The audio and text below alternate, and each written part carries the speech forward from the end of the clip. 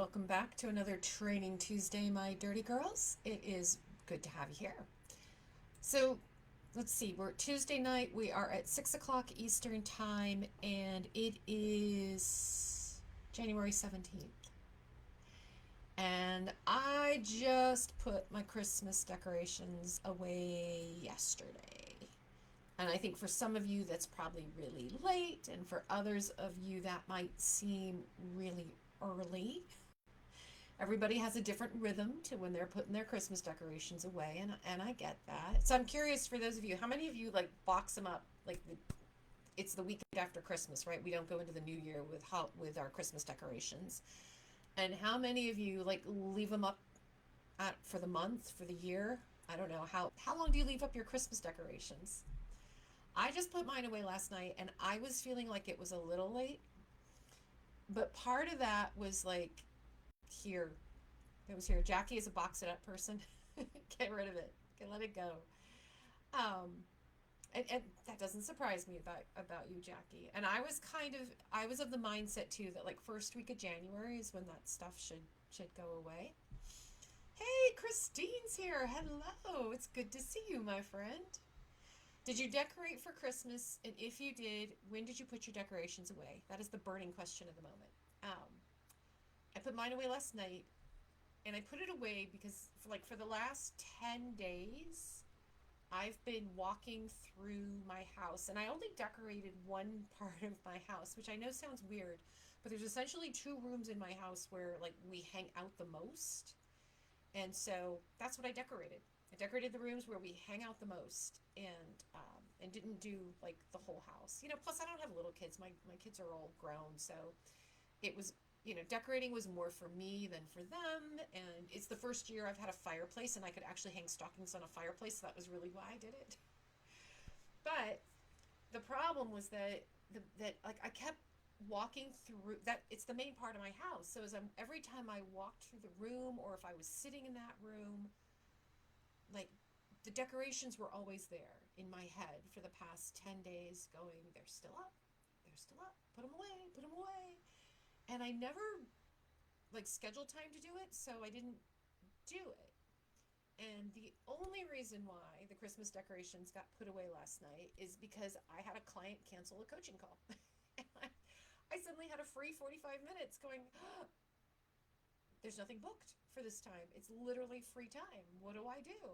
And I was sitting in the room with the Christmas decor looking around going, oh, guess what I'm going to do? I'm finally going to put this stuff away. But literally, for the last 10 days, every time I was in that room, somewhere in the back of my head was this whole story of you're late, you're lazy, you didn't do this, right? All that stuff. It was on my brain radar that I hadn't put it away, but I hadn't made time. So let's see, what do we have here? We have Jackie is the box it up, but she puts her decorations up early. Joyce, yours were down before New Year's Eve, see? But your holidays were different this year. Yeah, we all do different things right around the holidays.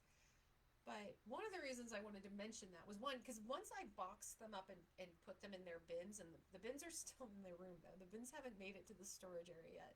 But I felt such relief. Like I had accomplished something finally. And like that piece of my brain could just quiet down, right? It could just be calm now. So my real question tonight, not really about the Christmas decor, but it could be, is there something on your to-do list that's hanging over your head that you haven't gotten to yet? And that question is pertinent to our theme tonight, by the way. It is. Because the only reason I got mine done was because I ended up with a spare bit of time, and when I looked around, that's what popped in. It was like, I can finally do this. Otherwise, I don't know that it would have happened. So, Christine, packing. Are you moving again, Christine? So packing. Oh, you are. That's right. Yeah, packing is one of those things. I did that also when I moved house. Like packing was pretty much the last 48 hours is when the bulk of the packing happened. Right. So there's two lessons in that little vignette of my Christmas decor and how it was weighing on my head and all of this. And one of them is a lesson for tonight and the other is not, right? The first lesson is just about productivity and time management, right? And that's a lesson we'll tackle on another Training Tuesday. Tonight's lesson is on how do we stop that thing happening in our head, right? The beating ourselves up and the constant awareness of the thing that's going on. And how do we turn that voice that wants to beat us up and that's reminding us of the 16 other things we haven't done yet, or just the data that we're taking in? How do we turn that voice into a superpower instead of into that voice of doom? Because that's how I felt it for the last several days, was just a reminder of that I'm disorganized and I'm lazy and forgetful, and if I don't watch out, these will still be up come Valentine's Day and Easter, and then why even bother putting them away, because Christmas will be in just a few more months, right? So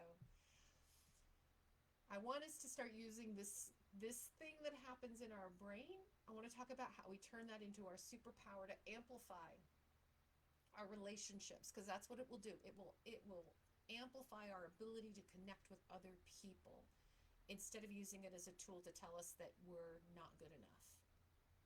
All right, so for those of you here tonight, I see that note, Christine. Of course I'm following you. I Facebook stalk you all the time. If you don't know me, my name is Natalie Hahn. I am your head coach here at Dirty Girls Consulting. You are here at Training Tuesday in our private Facebook group, Accelerating Leadership for Professional Women, where we are focused on tackling topics of self-confidence and self-esteem and leadership skills and getting the promotion, the raise, the new job, launching your business, whatever that BHAG is, that big, hairy, audacious goal. We are here every Tuesday night to talk about different skills and strategies you can use to help you get there. And tonight we're going to talk about the superpower that is also very inconveniently the source of a lot of mental chaos. So for those of you who have been on my Training Tuesdays regularly, the theme will be familiar. We're going to talk about it a little bit different way, which is we have a radar that is always on. We are wired. We as women, I'm talking now biologically, women and men, the way that we are chemically and biologically and physically wired is different. And one of the ways that our brains are wired is to notice everything. Sally Helgesen and Marshall Goldsmith, who are both very well-known writers and coaches for women, call this the radar. If you follow Tony Robbins or Alison Armstrong, who are coaches in a different capacity, but still leadership coaches, they call it diffuse awareness. And when I first learned about this concept, it was from Alison Armstrong. So I more typically refer to it as diffuse awareness, but it's also essentially your radar. And that is how our brain is wired. MRIs show that when women process information, as we're taking in data and information, our brains light up in multiple areas. When they run MRIs on men's brain, as they're taking in data, it's in a focused area. It shows up in a relative focused area in their brain. So, we observe things differently, we interpret things differently, and this means we respond and react to things differently. We behave differently. There's many other things happening here when we're taking in information. Whereas men are looking at things, they've got that focus spot, they're taking in data, it's a focus spot of the brain that it's going to, so they tend to take in data, interpret data, and act on that data much more linearly, right? They're single focused, we're diffuse awareness. We're taking in the data and we're incorporating it with all these different things that we are also taking in at the same time. Men are taking in the data and responding to the thing, the data. It's not that one is better or worse. It's two different ways that we perceive and then respond based on those perceptions. But here's how it shows up as a challenge for us. So I'd love to hear in the chat if you've experienced this. You are in a meeting. You might be presenting, you might not be presenting, but just for the sake of adding more stress, let's say you're presenting and you're in a meeting. It could be a Zoom call, it could be in person, but as you are sharing your idea or presenting your information, you're noticing things. You're noticing that somebody seems to be checking their email or is on their phone. You're noticing that somebody else seems to be distracted and they're looking off camera or they're whispering to another person who's in the room. You're noticing that there's one or two people in the audience who are doing this number. You are taking in all those signals at the same time. You are trying to deliver information. So how many of you have sat through that? Just drop a Y or a yes in the chat, or you can even describe kind of what have you observed with people and how distracting do you find it?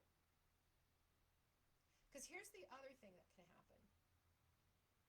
You're in a meeting and you're observing all these things going on. So-and-so is behaving one way and so-and-so seems to be reacting another way, and that person's not even paying attention, and that person just got up and walked out of the room halfway through.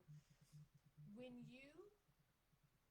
you do the download afterwards, so you connect with, and I'm going to say a male counterpart afterwards, and say, oh my God, can you believe everything that happened in that meeting? Their interpretation of what happened in that meeting is different. They didn't see all the things that you saw. They didn't see how uncomfortable Jeff was in the corner. They didn't see that Sandy was too busy picking at her nails, didn't seem to be listening at all. You know, whatever they were focused on in that meeting, that's what they saw. Which means you're feeling misunderstood. And we get told, especially in more male-dominated environments, when we come back with our observations about how everyone else was showing up, what do we get told? What do you guys get told when that happens? So I'm glad it's familiar. Yeah, somebody's like boring their eyes into you, and it's like, are they actually listening and watching? Are they daydreaming about something else? Or is there like, have I dropped, spinach in my teeth, food on my face, what's going on, right, Kathy? So, yeah, you're absolutely right, Jackie, too. It's just like, if you're going to be rude for that person, you're going to be rude for me. Absolutely. Some of the feedback we get sometimes too when we're having those conversations of, did you notice this or did you see that? And the other person's like, no. We get told then that we're paying attention to the wrong things, that we're too easily distracted. We can be told that we're stirring up drama. We can be told that we missed the point. You missed the whole point of that meeting. We've been told, and this is the one I've heard the most, I'm just imagining things. I'm just interpreting things that aren't there. Which means we get a little bit gaslighted, right? You show up with these observations that you have about a group dynamic, and you can get gaslighted if the person that you're talking to hasn't noticed the same thing. But here's the thing, I want to step back for a minute. Why does this happen? Why do we have this? Why have our brains evolved this way? If you take our brains back 10,000 years, the evolution of the human brain in 10,000 years to today has evolved 4%. There's about a 4, maybe it's 5 at this point, but last time I looked at the numbers, about a 4% shift in our brains from 10,000 years ago to today. If we look at 10,000 years ago, what was the dynamic, the predominant dynamic between men and women? Men were the hunters, women were the gatherers. Now, when you think about that, it makes absolute evolutionary sense of why our brains are the way they are. Because what are we doing as gatherers? We are out in the meadow looking for berries. We've got the kids with us. We've got a bunch of other women with us. We're trying to look for the good berries. We're trying to avoid the poisonous berries. We're trying to keep the kids from eating the poisonous berries. We're also trying to keep them from falling in the river or climbing the trees. And we're on the lookout for predators. There's just a few things going on. And our brain is wired to look out for all of that. So welcome to the root of multitasking. What was the man's main function? Hunting. Find the prey, focus on the prey, kill the prey, and bring it home. Because if I don't, if I get distracted from this one task, we don't eat. Right? So when you think about the evolutionary background, this makes sense. We need diffuse awareness, right? We need our radar for survival. And it is a benefit. So the ways that this radar is a superpower, it allows us to tune into other people. So not only do we have this radar, but we've also been trained. And you hear me talk about this, and usually I'm very, I was going to say upset, but I'm not upset. It's just the fact is the way that we're raised also is to tune into other people. So one of our feminine superpowers is we usually have a pretty good sense of what's going on with other people, the energy that they're giving us, how they're feeling, We get a clue into what they're thinking about or how they're thinking because we're tuned in. So this diffuse awareness allows us to tune into someone else, which means we're better equipped to offer them support. We're better equipped to be empathetic about what's happening with them right now and what do they need. That allows us to communicate with a lot more sensitivity. It allows us to meet them where they're at. It makes us better at teamwork and collaboration. We are much more open to the input and feedback of other people, which makes teamwork and growing and developing as a group. We're much better at that. And we're better at developing tight, intimate relationships. We're better at intimacy because we allow things in and we take that and we interpret that and we respond to that. Now, while that's a superpower, it can also be that distraction and chaos that happens in our brain. And in this male constructed environment, and pretty much most of the world is a male constructed environment. So I don't mean that there are more men, and I don't mean that the patriarchy owns everything. That's not what I'm talking about. But historically, the way a business is built and constructed, let's talk about just the work environment for right now. The way businesses are built and constructed, most businesses are founded by men. Therefore, the work environment, how it operates, how they manage, is under male construction, male way of thinking. The male way of thinking is the single focused way of thinking, which means that's a completely different way than how we think. We find that a very constraining environment. We also find that a little bit more of a black and white environment, like there's a right way and a wrong way, because there's just the way. Whereas with our diffuse awareness, we're far more open to multiple possibilities for how things could get done, shades of gray. We find this to be an environment then because we're coming in with this diffuse awareness perspective and we're more responsive and they're more single focused and directive. When we're inside this environment, we feel trapped, we feel constrained. Even though we see things that they don't see, it can lead to conflict because they're not seeing it or they're not understanding what we're seeing. And we're hard on ourselves. We somehow think our feeling of not fitting in is our fault. that it's us. And it is us, but it's not that because it's our fault. It's because of the dynamic in the environment, right?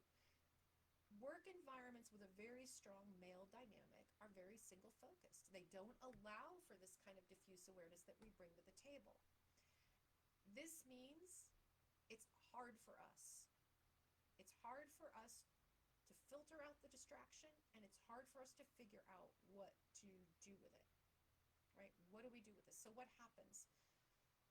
We have this distraction in our brain. We're second guessing ourselves because we're being told that what we're noticing or what we're feeling is inaccurate or not important. So it makes it hard for us to communicate clearly. We have a hard time expressing our thoughts. We're cramming all kinds of information into what we're delivering now because we're responding. And if we feel like we're talking, so to Jackie's point, right, if somebody's presenting and the audience isn't listening, and we're taking that feedback and saying, okay, now how can I present in a way that makes them listen? We start cramming new things in and cluttering up our message, right? We're trying to please everybody. And now instead of delivering our message, we're just delivering a lot of words, hoping that one of them is going to resonate with the audience and we're going to get them engaged. We lose our train of thought. You see somebody sitting there and you think, oh my God, this person hates my idea. And it can be very distracting. Right? You can completely lose what you were going to say, and now you're sitting there mid-sentence, you've forgotten the rest of the sentence, and now you feel embarrassed, and your stress levels go up. When we're in these environments, we ruminate a lot. We replay in our head the scenes over and over. What we should have said, what we could have said, what we shouldn't have said, what are we going to do next time? And we beat ourselves up for this.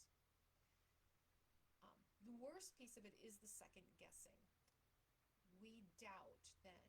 We doubt if what we wanted to say was the right thing. We're second guessing that there is a right way to say something or there is a right thing to say and I just didn't get it. And so we get ourselves lost by reacting and trying to deliver the message we think the audience wants to hear. So we lose our own message because we're not delivering our message anymore. We're not delivering our point of view, our idea, our theory. We're simply reacting to get a good response out of the other person. We lose our message. We lose our presence. We lose ourself in that moment. We are not focused on what we want to accomplish, who we want to be, how we want to show up. And when we're reactive, we're not leading. When we're in this distracted mode and we let it run the show, we let the distractions take over, we are not leading. Because you are not a leader. You are not a leader when your choices are responses to the input around you. When your choices are the response to the input around you and not the message you want to deliver, the energy that you want to put forward, right? Not your proactive choice of who you are and how you want to show up and who you want to be, but rather at the affect of making sure everybody's happy or getting what they want, you're not leading in that moment. You are not leading if your goal is to make everyone happy by giving them what you think they want. And this whole idea of giving people what they want and making them happy and that being your goal, that's a completely different Training Tuesday. We should probably tackle that because that never wins. That is never a winning strategy. And the short Cliff Notes version is because either they didn't want you to give up everything. They didn't want you to give up yourself. That they never asked for that, but you're doing it anyway because that's what you think you need to do. Or it's not enough. Right? There are some people where you give everything and you give up everything and it's just never enough. And in either case, nobody wins. Different Training Tuesday. So we're going to talk now about the radar, the diffuse awareness, the radar of distraction, and how we can start managing that chaos in our mind so that it becomes a superpower. Now, this works if you're presenting in a group, if you're having a one-on-one conversation, if you are walking through your house like I was. And diffuse awareness means every time I walk through my house, what do I notice? I noticed the dishes in the sink. I noticed the floor needs to be swept. I noticed my Christmas decorations were still up. I noticed the mail needed to be sorted, right? I noticed that the dog is sleeping there on the floor and he probably needs to be walked. Like all these inputs are happening at the same time and it gets overwhelming and it can freeze us. So I want to talk about a concept by psychologist, I think, researcher at any rate, named Chris Argyris. And he defines the brain as it should be a radar of distraction. It is a radar of distraction, Joyce. The key is that the radar is so that you notice the distraction. But the next step is, what do we do with it? So Chris Argyris has this concept of our brain having like a left column and a right column.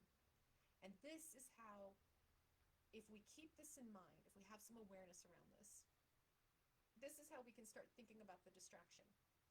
The left column, I'm backwards for you guys, it would be this way, but excuse me, but this is my right. Your left column, that's where you're taking in the inputs. Your left column is the stream of consciousness. It's where you're constantly absorbing information. It's random thoughts and information. So think about the left side of you, left column.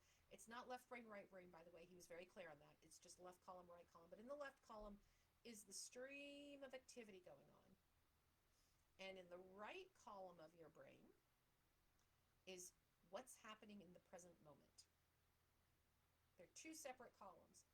What's happening right now and all the other inputs that are distracting me from what's happening right now, what I'm supposed to be doing in this present moment. So think of it, for those of you in technology, think of it like metadata, right? The left side is taking in all the metadata, right? It's taking in all the snippets of information, and what we're so busy doing is interpreting that information. We are interpreting the crossed arms as this person is pissed off or this person doesn't agree. We're interpreting the texting on the phone as they don't care. They're being rude. We're interpreting the whispering in the corner as they're laughing at me. They're not even paying attention. They got something else going on, right? Our brain is also wired to make the most negative the most negative interpretations possible. That's what it does. So, when we're trying to take in all the data while we're doing the thing, it takes our mind off the moment, right? And it changes our behavior so that we become responsive to all this stuff and we forget the stuff we're supposed to be doing. Now, here's the deal. You don't want to block out the left column. If we block out the inputs, if we block out the data we're taking in, what happens? Have you ever sat in a presentation or in a meeting where somebody is presenting and or a sales conversation, and that person sticks to the script?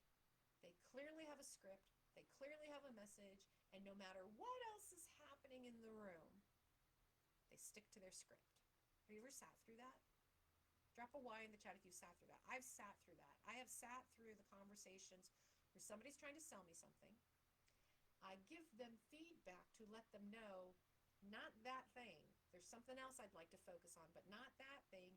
But they don't veer from the script, which means I sit there another 10, 15, 20 minutes, whatever it is, and holy cow, like they just gave me a whole bunch of information I didn't want, and now I don't even want to buy from this person because they didn't hear me and respond to me. When we block out the inputs and we stick to the script, deadly conversation, no connection. We come across in that moment as inauthentic. We're certainly not having a real conversation, so there's no authenticity, there's no connection, there's no trust built. And believe, for us, women in particular, when you stick to the script, when you're blocking out those inputs, it's exhausting. We are naturally wired to take it in. When we're putting energy towards putting a wall up, it tires us out. It tires us out. So instead, we want to reframe. We want to reframe the input. And we can do this in an instant, but it does take practice. And the first step is just the awareness of what is going on. I'm trying to talk to you one-on-one. You seem to be fidgeting. You seem to be like looking down and trying to check your phone. I'm interpreting this as you can't wait to get away from me. That's one interpretation.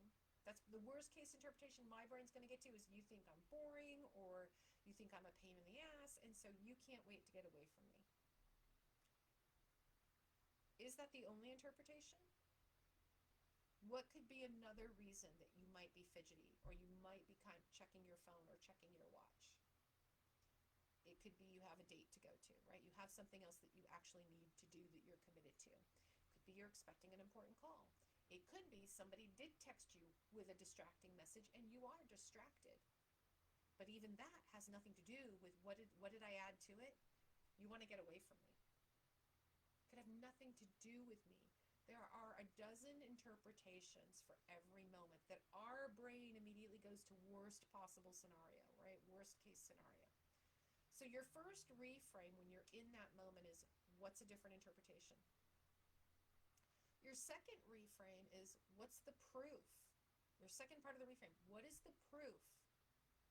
What is the proof this person wanted to get away from me? Just the fact that they're fidgety? I can think of 3 other reasons in half a second of why they're fidgety. Just that they check their phone? I can think of 3 other reasons why they're checking their phone. It has nothing to do with me. Now, where we use this moment to connect with other people is probably the hardest part, but it's also the superpower part. The superpower part is in acknowledging what's happening in the left column and using it in the right column. So what does this mean? This means you have a real conversation. This means if you and I are standing there on a street corner talking and you're checking your phone, that I might pause and take a breath and say, hey, Jackie, you seem to be checking your phone a lot. Did you get a message, or do you need to take a call? Nothing to do with me, not accusatory. I'm trying to clear up what I'm observing in this moment and what is happening right now. Because if I am going to adjust my message, if I am going to change the way I'm behaving or how I'm showing up, I want to do it based on real information and not my assumptions. It gives Jackie an opportunity I just decided to pick on you, Jackie, sorry. It gives Jackie the opportunity to clear the air, to say, yeah, I really got to go. To say, oh, I'm sorry, I just got this call, I need to take it. Or I have to return a call and I only have 5 minutes to do it, right?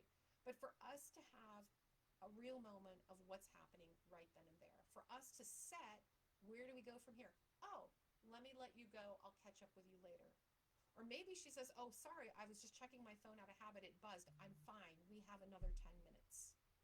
We're setting an expectation now, a clear expectation. And again, there's no animosity, there's no distress or stress, there's no attack involved. So acknowledging what's happening in the left column and using it in that given moment. Now, take that a step further and you're expressing vulnerability, and that can be hard. So having a real conversation to acknowledge behavior that's happening in the moment is one thing. Expressing your vulnerability is another, but this also works both in personal as well as professional relationships. And I always recommend that we use Brene Brown's framework for doing this. So Brene Brown, if you've read her books, you know this framework. If you haven't, please do. Please do. Her research and perspective on human connection is fantastic. And the framework that she uses when we're having a moment where we're telling ourselves a story is to use that phrase. The story I'm telling myself is. So we'll pick on Kathy this time. So I'm sitting there talking with Kathy, and she keeps checking her phone. And maybe what I say to her, because I'm feeling very insecure and I'm concerned. I don't know what the topic is of our conversation, but I'm concerned. What I might say to her is, you know, Kathy, the story I'm telling myself is that you keep checking your phone because you're very anxious to just get away from this conversation. Maybe the conversation is sensitive. Maybe Kathy doesn't want to talk about the subject. Maybe I'm just perceiving she doesn't want to talk about it. But I put it out there. The story I'm telling myself is that you're not comfortable with the question I'm asking you. What that phrase does is it recognizes in my loud voice that I am having a moment, and this is how I'm interpreting it. What that also does, it allows for the fact that my interpretation of the moment may not be your interpretation of the moment. My interpretation of, Kathy, I think you're not comfortable with this conversation and you can't wait to get away from me, gives Kathy an opportunity to acknowledge or adjust. She can say, you're absolutely right, I'm not comfortable, I'd rather talk about this another time, or not at all, but at least we're having that conversation. It also allows her to say, I'm sorry, my phone was buzzing and I just kept looking at it compulsively. Let me put it away and let's finish this. This is important. She can adjust. She can acknowledge. Either case, we get really important information that helps us do two things. It helps us connect with the other person, and it helps us move things forward based on what's really going on in the moment. It gives us information that helps us have more authentic, true connection with other people. And that becomes a superpower. Because when Kathy can trust that when she says to me, you're right, I'm not comfortable, I'd like to discuss this another time, I can show up as, I get it, Kathy, that's fine. We don't have to talk about this right now. And now she trusts that when she asks for it, I'm going to give her the space. Now she also trusts that when I see something, I say something. If something is not sitting right with me, I'm going to let her know. And we both have a lot of clarity in our relationship, right? It's a great way to clear the air. Now, the last little tip I want to give you on how do we take this distracted brain, right? You're in front of the room and you have all these ideas about what people are doing in the audience and what that means. How do we turn it? And actually, let me step back for a minute. You can use this in a meeting and you can use this in a presentation, and I've done it. I've sat in front of a room when I've given a presentation and I've watched people on their laptops, and I've literally said the words, the story I'm telling myself right now is that the three of you there with your laptops open responding to email do not find this topic important. So do we need to reschedule this meeting, or is this a conversation you do not want to be part of? trying to be super accusatory that they're being rude, but maybe a little bit I was, maybe a little bit. But the point is, who do I want to show up as a leader? And I'm not going to show up in front of a room and apologize for who I am.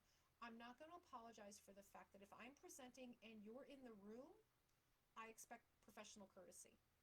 And professional courtesy says that when I'm speaking, you're paying attention, not that you're just sitting there typing away, responding to 10 emails. So you can call people out in a professional way, in a non-accusatory way, because I'm not saying they're being jerks. I'm saying the story I'm telling myself is this topic isn't important. You can either acknowledge this topic isn't important, in which case I'm going to let you leave the room, because if this isn't important to you, I don't want you here distracting everybody else. No harm, no foul. Or you can acknowledge, you're right, I'm being distracting, I'm sorry, shut the laptop. You can absolutely use these tools in a professional situation. To do that, you really want to ground into who am I as a leader. If I'm going to lead, I have to be willing to own the room, and that's how I do it. So the third tip I wanted to add was you start the presentation, or you start the conversation with what we call beginner's mind. So that's a Zen Buddhist approach, which is that I'm walking in with a clean slate. 3 days ago, Ed said he hated this idea and he wasn't really sure that we were going to follow through on this. And 2 days ago, Peggy was really snitty with me in a meeting, and she just has a bad attitude in general. If I walk into the room carrying that baggage, I'm carrying with me a predisposition to the energy in the room that may not exist, because Peggy could have just been in a bad mood that day, and Ed may have changed his mind about the project, or he may have more information that hopefully he shares that helps us have a useful conversation. So beginner's mind is literally about taking a moment, cleansing and clearing, however you do that. You might meditate for a few minutes, you might go for a walk, but it's literally letting go of the preconceived notions and going in with, here's who I am as a leader, I have a message to deliver, and here's how I want to show up to deliver this message. All right, so just keep in mind, we are wired for chaos. We are wired for it, but it doesn't have to control us. We do not have to be reactive. We use it to check in with our audience. We use it to use our intuition and our observation to meet people where they're at. We can use it to acknowledge the elephant in the room and figure out how we're going to deal with it.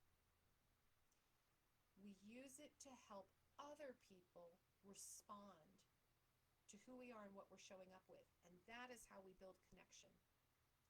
You take the chaos, you take the input, and you ask questions. And you shine a light on it. Brene Brown also says that shame doesn't live in the light. When there's something going on, that elephant in the room, and we ignore the elephant, it just gets bigger and bigger and bigger. If you shine a light on it, shame doesn't live in the light. We deal with it. We now know concretely what's the disagreement here that we have to deal with. Maybe it's real, maybe it's imagined, but at least now we know. You can practice single focus. If you feel, men and women both have both skills. We both have some diffuse awareness. We both have some single focus. In the majority of women, we're run by diffuse awareness. In the majority of men, they're wired more heavily on the single focus side.